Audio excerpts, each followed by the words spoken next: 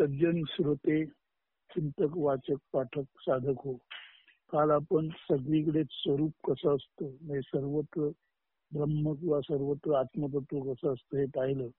आणि त्यात आपण स्वरूप किंवा आत्मतत्व हे सर्व दैवी गुणांनी मुळातच मंडित असते, वैभवाने परिपूर्ण असते. अशा स्वरूप हे ब्रह्मच आहे. आणि हे ब्रह्म निरूप निराकार असल्याने, निरूप म्हणजे ज्याला म्हणतो रूप नाही असं असल्याने आपल्याला आश्चर्यकारक वाटतं. कारण ते निरूप रूप नसलेलं असून सुद्धा गुणाढ्य धनाढ्य त्याच्यामध्ये काही नाही असं वाटत असताना सर्व त्याच्यातून असं निर्माण होतं. How everything comes from nothing, हे जे आपल्याला आश्चर्य वाटतं तेच या ब्रह्माचं लक्षण आहे. ब्रह्म म्हणजे पाहायला गेलं तर तसं काहीच नाही, पण ते सर्व काही त्याच्यातूनच निर्माण होतं. हीच त्या ब्रह्माची अद्भुतता किंवा आश्चर्य आहे. आता पुढे पान 249 श्लोक 360. श्रुते शतगुणं विद्यान मननं मननादपि निध्यासं लक्ष्य गुणमनंतं निर्विकल्पकं वेदांत श्रवणाहुनहि मननाशतपट महत्वते असे मननाहुनहि निदिध्यास अधिक लक्ष्यपट श्रेयस्कर असे परिनिर्विकल्प समाधी अनंत गुणी सर्वश्रेष्ठ ती असे. 360 श्लोक. मराठी गद्य विस्तार. वेदातील तत्वज्ञान श्रवण अत्यंत महत्वपूर्ण असून त्याहून शतपट अधिक महत्व तत्वज्ञानाच्या मननाचे आहे. तत्वाचे ध्यान आणि भान अंतरंगात धारण करून सर्वत्र आत्मभावच विस्तारित आहे जाणणे व त्या जाणीवेतच रात्रंदिन राहणे म्हणजे निधिध्यासन. निधिध्यास मननाहून लक्षपट अधिक श्रेष्ठ व हिताव असून निधिध्यासापेक्षा अनंत पटीने श्रेष्ठ निर्विकल्प समाधीत असणे आहे. निर्विकल्प समाधीत अमन नमन प्राप्ती होऊन मनाचे विसर्जन आत्मतत्वात होते. नंतर फिरून मागे येऊन द्वैतातील संचार होण्याची संभाव्यता नष्ट होते. तर वेदांतातील तत्वज्ञान श्रवण, त्यानंतर मनन, त्यानंतर निधिध्यासन आणि सर्वात शेवटी निर्विकल्प समाधी ही चढत्या क्रमाने उत्तमोत्तम या गोष्टी असून निर्विकल्प समाधी सर्वश्रेष्ठ असल्याचे शंकराचार्य इथे स्पष्ट करीत आहेत. 361. निर्विकल्प समाधीनां स्फुटं ब्रह्मतत्त्वमवगम्यते ध्रुवं नान्यथा चलतया मनोगते प्रत्ययांतर विमिश्रितं भवेत्. निर्विकल्प समाधीत ब्रह्मतत्व सत्यत्वे अवगत होतसे अन्यथा संभव नसे. चित्त चांचल्ली अनेकानेक दृश्य दर्शन त्या बंधन करीत असे. विचार भाव तरंग रहित मनातच विकल्प रहिततेतच अनंत चैतन्य सत्तेचे सुस्पष्ट दर्शन होऊ शकते. अशा निर्विकल्प अमनी निरवतेत शोभ तरंग रहिततेतच अक्रियता असते. मनबुद्धी यांचे स्थैर्य प्राप्त झाल्याने हे ज्ञाताच्या कक्षेत नाही, शरीर मन धी म्हणजे समधी यांच्या अतीत आहे ते ब्रह्म शुद्ध व स्पष्टतेने प्रतीत होऊ शकते. आत्मज्ञान अधिकाधिक मनांतातच म्हणजे मनाचा अंत किंवा मनाचा शेवट झाल्यावरच होते. मनावर असताना द्वैती विचार, संमिश्र भावभावना यांचा कल्लोळ आणि त्याला अनुसरून कल्पना व विचार चित्रे यांचा अडथळा वरचेवर मनात होतो. परिणामता मन सातत्याने अशांतच असते. मन म्हणजे विचार प्रवाह असल्याने हे विचार सलील अथवा विचाररूपी पाणी किंवा मानस सरोवर निस्तब्ध झाल्याशिवाय अज्ञात ब्रह्माचे कमल त्यात पूर्णत्वाने उमलूच शकत नाही. मन म्हणजेच द्वैत. अद्वैत केवळ मनांतातच म्हणजे एंडिंग ऑफ माइंड अमन नमनातच नांदत असते. मन म्हणजे ज्ञात, मनांत म्हणजे एंडिंग ऑफ माइंड म्हणजे अज्ञात. देहभाव जीवभाव म्हणजेच मन, तो सुटल्याखेरीज अमनी झाल्याखेरीज ब्रह्मभाव जागृती केवळ अशक्य म्हणजे सिम्पली इम्पॉसिबल आहे.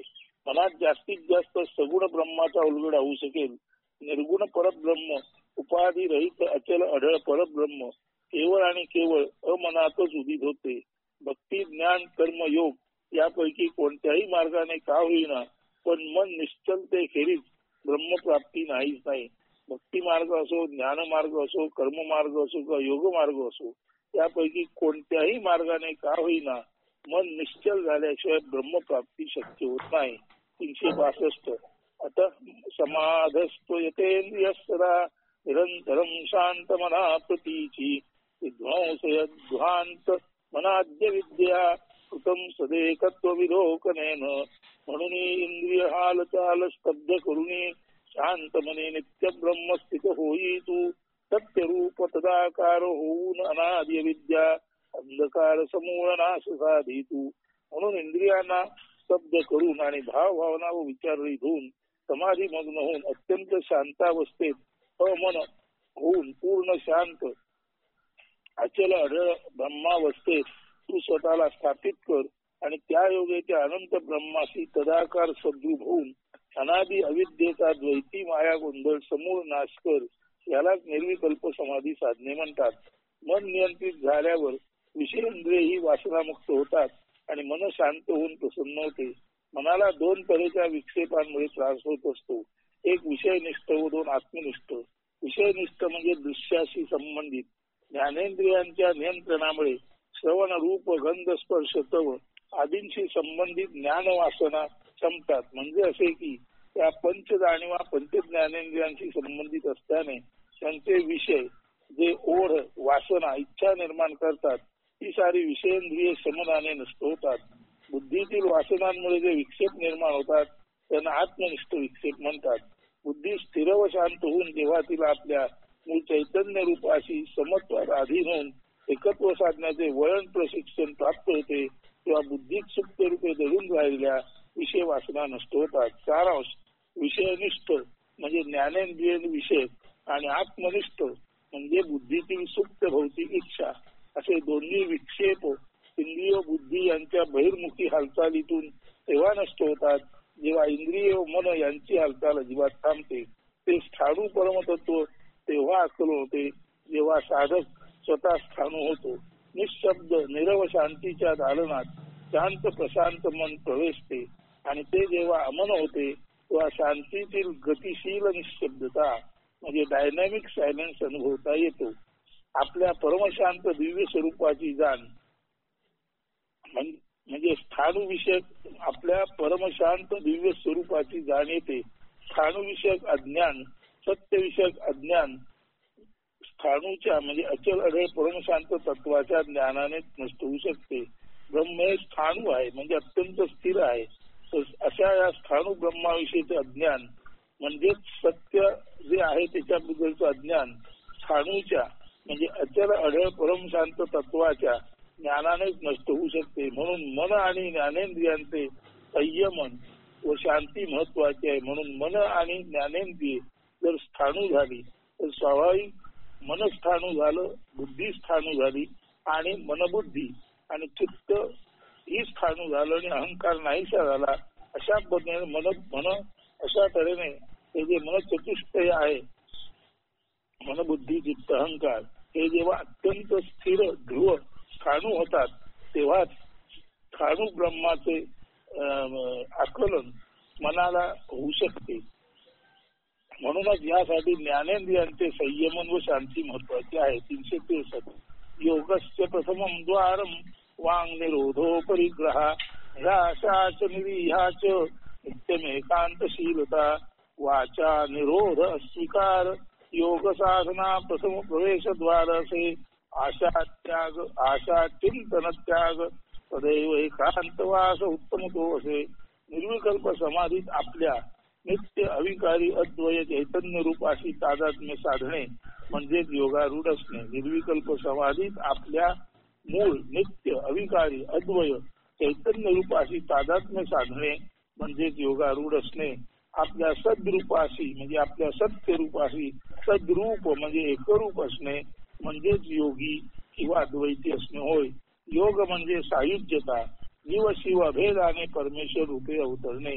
योग म्हणजे सायुज्यता किंवा जीव शिव हे अभेदाने परमेश्वर म्हणून अवतरणे.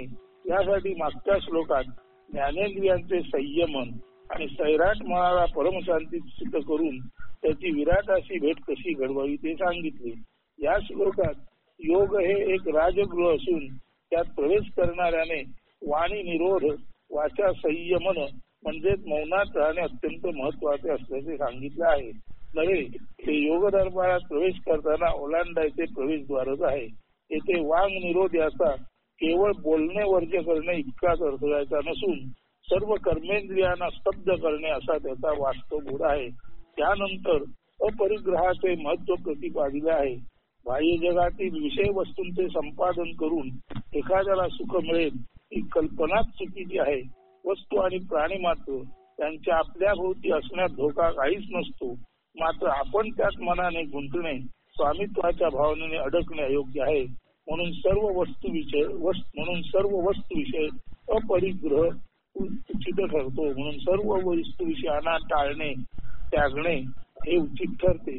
कोणतीही आशा मनात न ठेवणे आणि आपल्याद्वारे घडलेल्या कर्मफळांचा भविष्यात उपयोग घेण्याचा विचारही येऊ न देणे.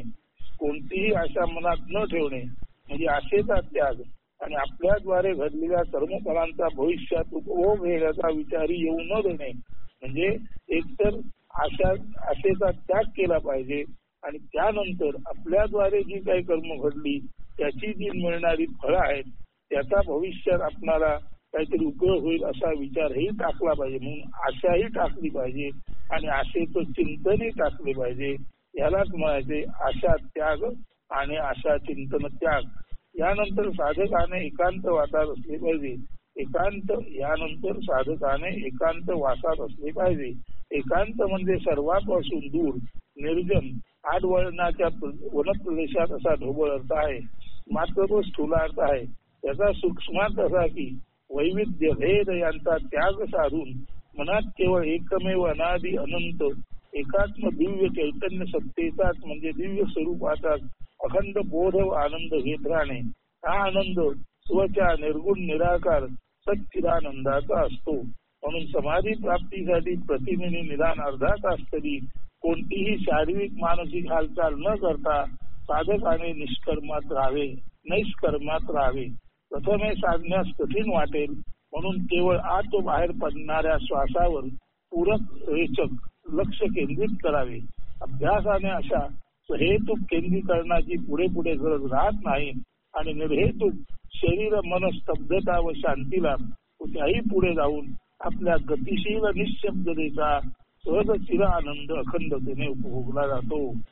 जेव्हा सुरुवातीला केंद्रीकरण करणे जड असते तेव्हा फक्त पूरक रेचक श्वास आत घेणे आणि श्वास बाहेर टाकणे इथे लक्ष ठेवावे.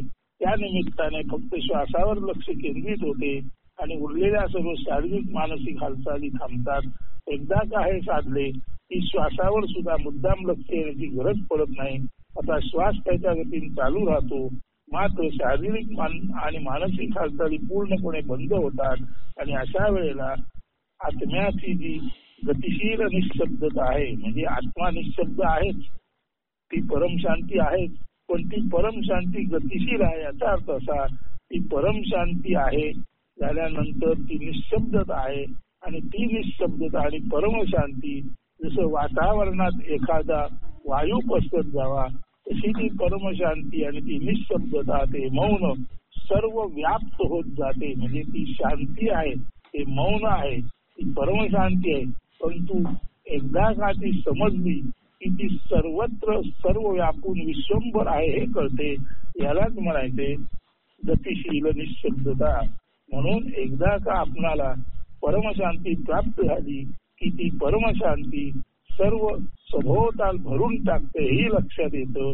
म्हणून अशा गतिशील निःशब्दतेला की जी सतत सर्व व्यापून होते त्याच्यातच चिर आनंद मिळतो असे म्हटलेलं आहे. म्हणून the endless dynamic bliss of silence of the self, the endless dynamic bliss of silence of the self, silence of the self म्हणजे आत्म्याची जी परमशांती आहे तिचा जो परमानंद आहे ब्लिस तो एंडलेस डायनॅमिक असतो. तो सतत वाढत्या स्वरूपातच अनुभवात येतो. म्हणून एकदा आत्म्याची निःशब्द परमशांती अनुभवता आली की ती निःशब्द परमशांती सतत वाढत्या श्रेणीने वर्धिष्णू होत राहते. अशा अर्थाने आत्म्याची ही जी गतिशील निःशब्दता आहे त्यातून मिळणारा चिर आनंद आहे तो सतत वाढता असतो. त्याला म्हटलेलं आहे the endless dynamic bliss of silence of the self. Bliss of silence of the self म्हणजे आत्म्याचा किंवा आत्मशांतीचा परमानंद जो एंडलेस असतो, तो अनंत असतो आणि सतत प्रस्तनशील असतो. म्हणून एकदा का आपणाला शरीर मन याची स्तब्धता प्राप्त झाली की प्राणावर लक्ष देण्याची गरज राहत नाही आणि आत्म्याची जी निशब्दता आहे, आत्म्याची जी परम शांती आहे, ती अनंततेने सतत विस्तारत आहे, ती गतिशील आहे. असा आत्म्याच्या गतिशील निशब्द शांतीचा आपणाला परमानंद घेता येतो. परत लक्षात घ्या, यालाच आपण आत्म्याच्या गतिशील निशब्दतेचा सहज चिर आनंद असे म्हटलेलं आहे. The endless dynamic bliss of silence of the self हा आपणाला अखंडतेने उपभोगता येतो. हीच ती निर्विकल्प सहज समाधी. 364 एकांत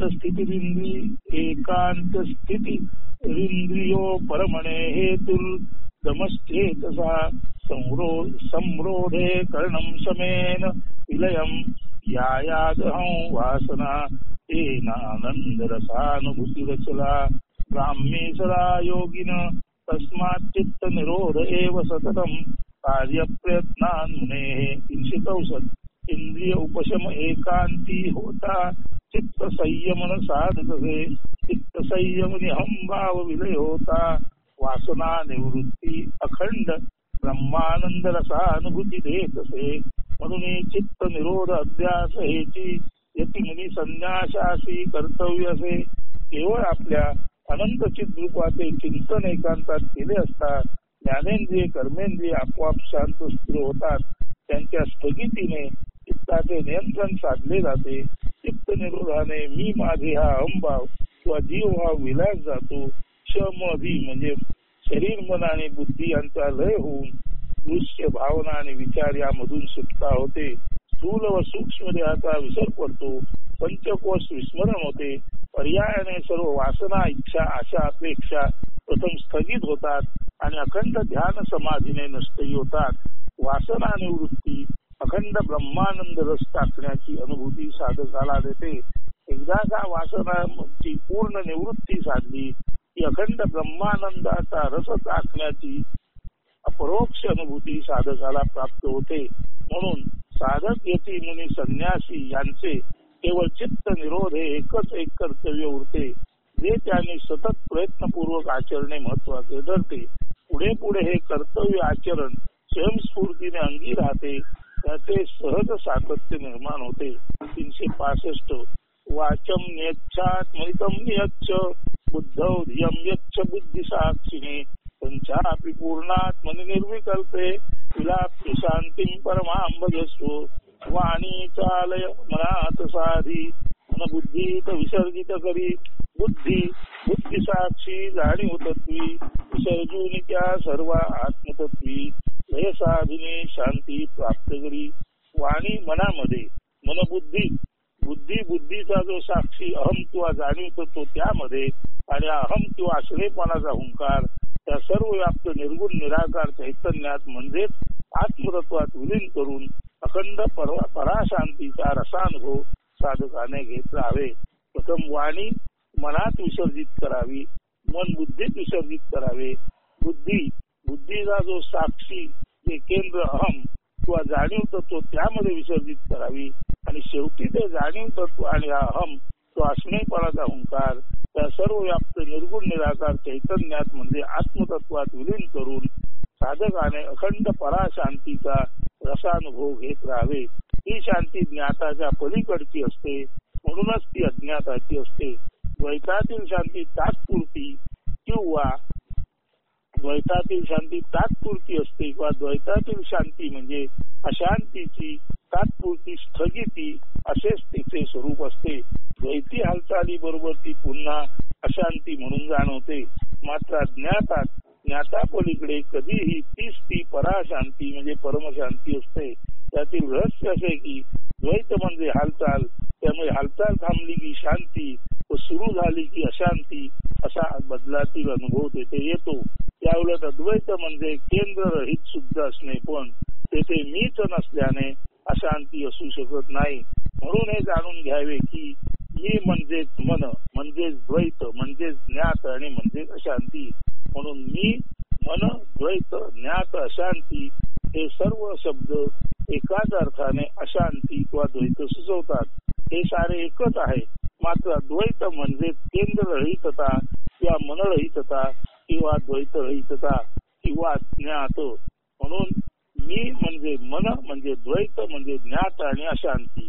येथे केंद्र आहे ते केंद्र मी म्हणते, ते मी म्हणजे मन असते. मन आहे की हालचाल आहे म्हणून द्वैत आहे. द्वैत आहे याचा अर्थ ते ज्ञात अज्ञात असे येणारं जाणार आहे आणि त्यामुळे अशांती आहे. म्हणून जिथे मी किंवा केंद्र मन नाही, जिथे केंद्र रहित अस्तित्व आहे तेव्हा तिथे केंद्र नाही, मी नाही, मन नाही.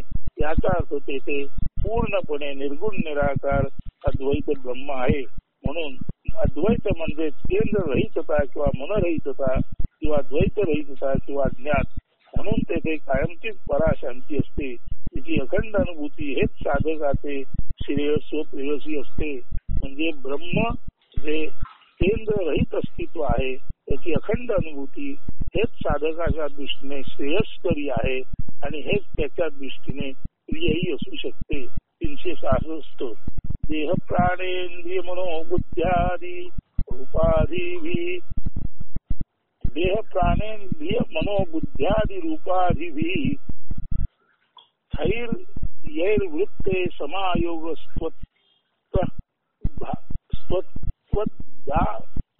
भावोस्य योगिना. 366 देह प्राणेंद्रिय मनोबुद्ध्यादी रूपाधिभी स्थैर्यैर्वृत्ते समायोग भावोस्य योगिना. देह प्राण इंद्रिये मनबुद्धी सर्व उपाधी मात्र असती, यातील जासी होई चित्त संयोगी, ऐसा भाव प्राप्त करी तसे योगी. युज म्हणजे जोडणे. सर्वसाधारणपणे योगी उच्चतम तत्वाशी म्हणजे अनंत चिद्रूप चैतन्य रूप सद्रूपाशी म्हणजे सत्य रूपाशी तदाकार झालेला असतो.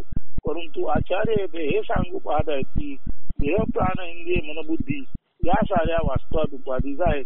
त्यातील कोणत्याही उपाधीमुळे खरे तर त्रास पीडा उपसर्ग ज्ञान मार्गात निर्माण होतो. सर्व उपाधी ज्ञान रिपूट म्हणजे ज्ञानाच्या शत्रूच असतात. मात्र यापैकी कोणत्याही उपाधीत गुंतल्यास जोडले गेल्यास त्याच्या तऱ्हेची वासना लालसा निर्माण होते. जोडलेला तो योगी अशा अगदी साध्या ढोबळ अर्थाने सर्वच योगी असतात. मात्र हे उपाधी रूप होणे म्हणजे ज्ञानयोगी असणे नव्हे. ज्ञानयोगी तोच जो साऱ्या उपाधी पीडा उपसर्ग पोचवणाऱ्या असत्य माया भ्रम अध्यास प्रमाद यापासून मुक्त असतो. सत्यरूप झालेला योगीच मुक्त असतो. म्हणून निरुपाधिक परब्रह्माशी तदाकार होतो. तोच सर्वश्रेष्ठ योगी होय. येथे उपाधी योगी आणि निरुपाधी योगी हा शब्दभेद आचार्य स्पष्ट करून वाचक व श्रावक यांना पुन्हा सूक्ष्मार्थावर ध्यान द्यायला सांगत आहेत. विषय वस्तूंशी उपाधींशी जो जोडला जातो तो भोगी असतो आणि निर्गुण निराकाराशी जोडलेला तो योगी असतो असे नीट समजून घ्यावे. म्हणून निरुपाधी योगी आणि उपाधी योगी म्हणजे माणूस जर कोणत्या ना कोणत्या उपाधीशी जोडला गेला तर त्या उपाधीचा त्याला त्रास होतो. म्हणून उपाधी योगी म्हणजे एखाद्या वस्तू किंवा विषयाशी जोडला गेल्यामुळे निर्माण होणारी उपाधी किंवा पीडा. आणि निरुपाधी योगी म्हणजे वस्तू विषय यांच्या पलीकडे शुद्ध अनंत परमशांत निर्गुण निराकार तत्वाशी जोडले जाणे याचा अर्थ निरुपाधी योगी. विषय वस्तूंशी उपाधींशी जो जोडला जातो तो भोगी आणि निर्गुण निराकाराशी जोडलेला तो योगी असे नीट समजून घ्यावे. म्हणूनच उपाधी योगी म्हणजे भोगी आणि निरुपाधी योगी म्हणजे योगी होय. आता आपण हा उपाधी योग आणि निरुपाधी योग जे कृष्णमूर्तींच्या दृष्टीने पाहूया. Observer is the observed. पाहणारा पाहायचे तेच असतो. हे झालं. आता पाहणारा पाहायचे तेच असतो म्हटल्यानंतर जर एखाद्याने एखादा वडापाव खाता खाता वडापाव या पदार्थाशी एकरूप झाला तर तो स्वतःच वडापाव खाताना एवढा दंग होतो की त्याचं संपूर्ण देहभान त्या वडापाव खाण्यामध्ये विलीन होते. म्हणजे इथे सुद्धा वडापाव खाताना खाणारा एकरूप झाला परंतु तो वडापाव या एका भोग्य वस्तूशी एकरूप झाला. म्हणून वड्याशी एकरूप होणं हे कमी प्रतीचं आहे.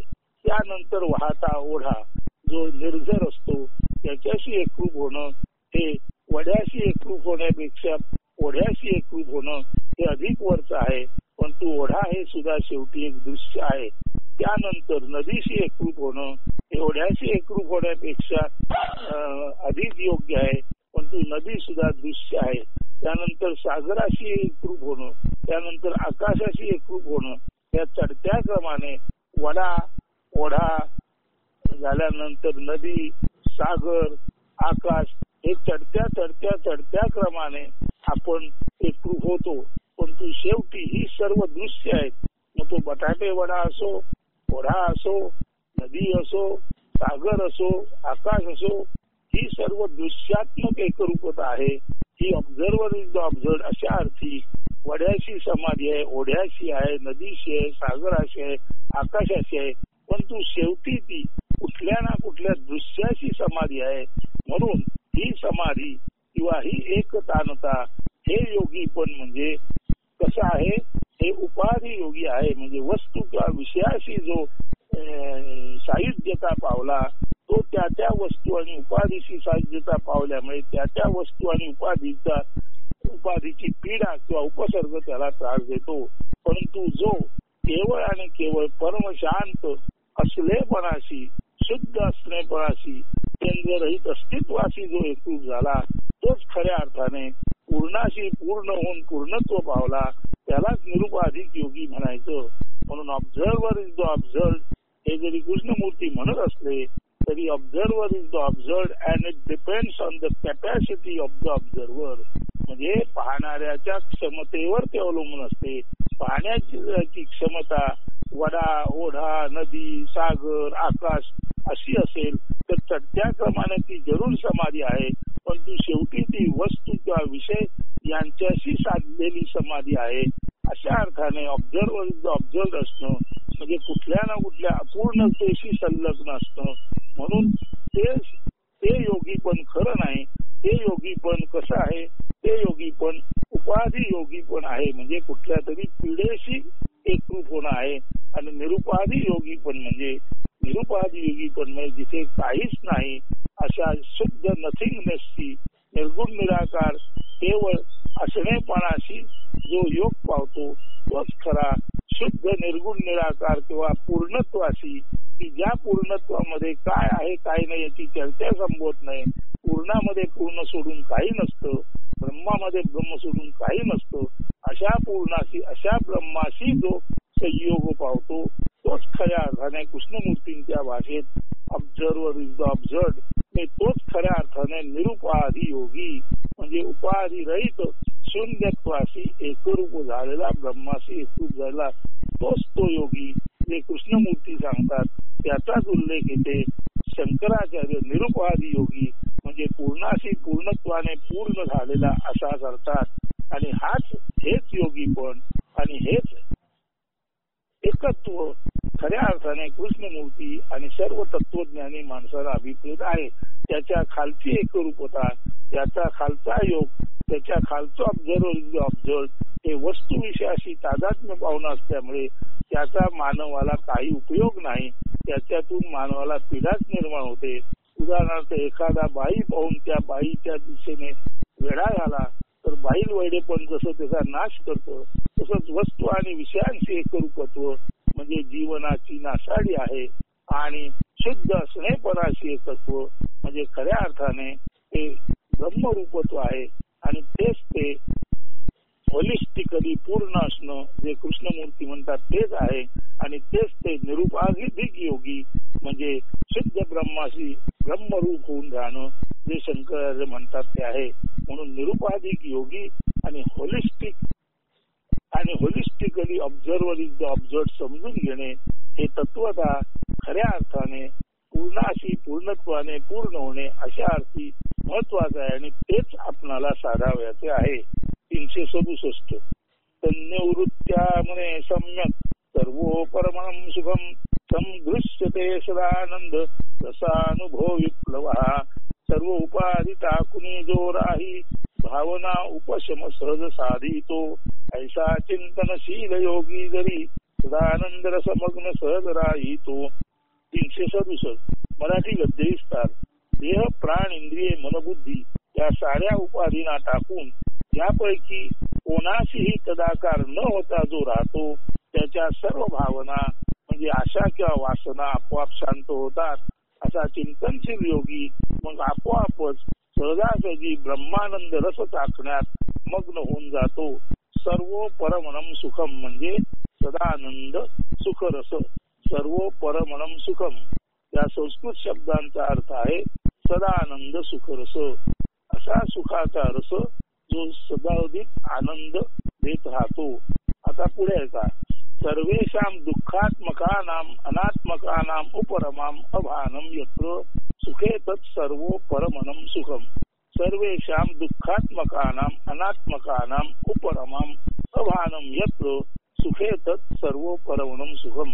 सर्व परमनम सुख वा सदानंद सुखरस कुठे असतो तर सर्वेषां दुःखात्मकानां म्हणजे सर्व दुःखदायक, अनात्मनां म्हणजे अनात्म, उपरमाम अभानम येतो म्हणजे सर्व दुःखदायक अनात्म वस्तू पासून आपणास निवृत्ती प्राप्त झाल्यावर अनात्म वस्तू पाहणे किंवा अनुभवणे संभवत नाही. अशा वेळी जी सुखानुभूती असते तिला सदानंद रसानुभव किंवा सर्व परमनम सुखम असे म्हणतात. सारांश उपाधी रहितता म्हणजे सद्वस्तू सुख होय.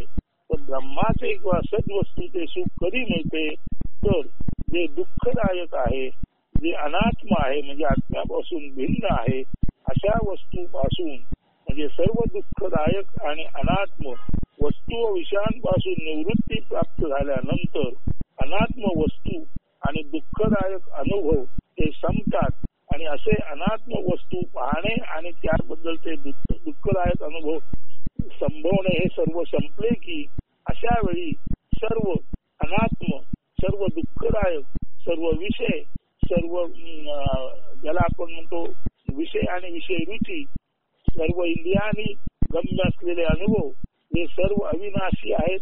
त्याचं सर्व दुःख जे आहे ते तेव्हाच प्राप्त होतं जेव्हा थोडक्यात मी जेव्हा अशाश्वत, दुःखदायक, अनात्म अशा विषय वस्तूंपासून अनात्म म्हणजे आत्मा नाही असे झाल्यानंतर अशा अश्वत म्हणजे कायम न टिकणारे, दुःखदायक म्हणजे ज्याच्यातून दुःखाची निर्मिती होते ते.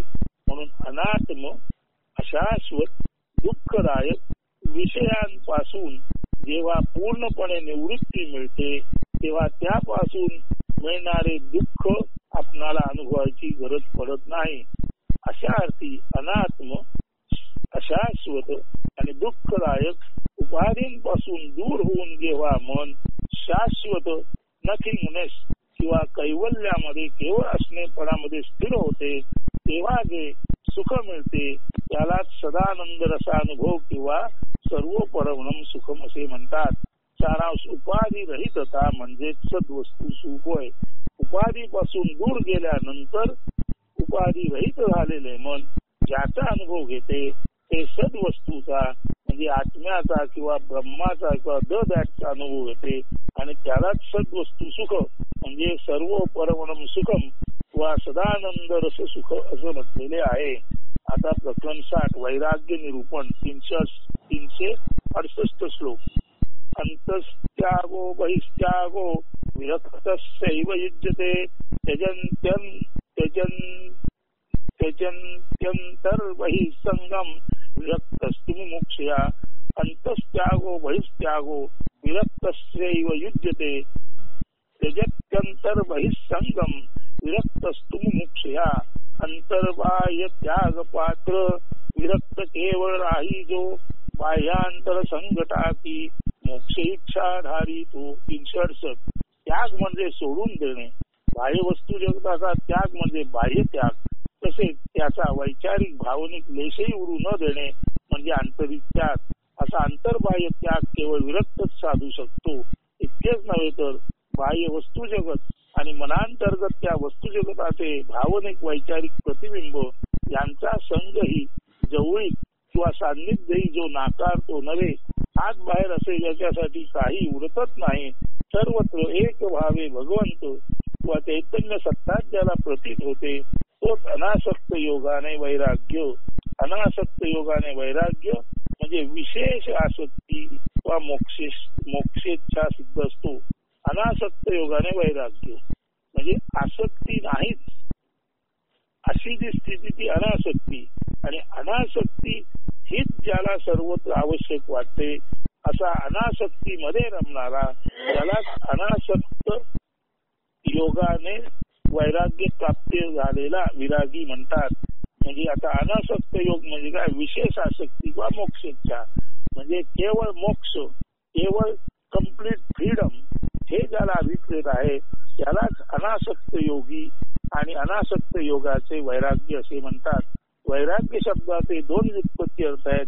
विगता रागा विरागा, विरागस्य भावा वैराग्यम. विगता रागा विरागा म्हणजे विगत रागा विरागा.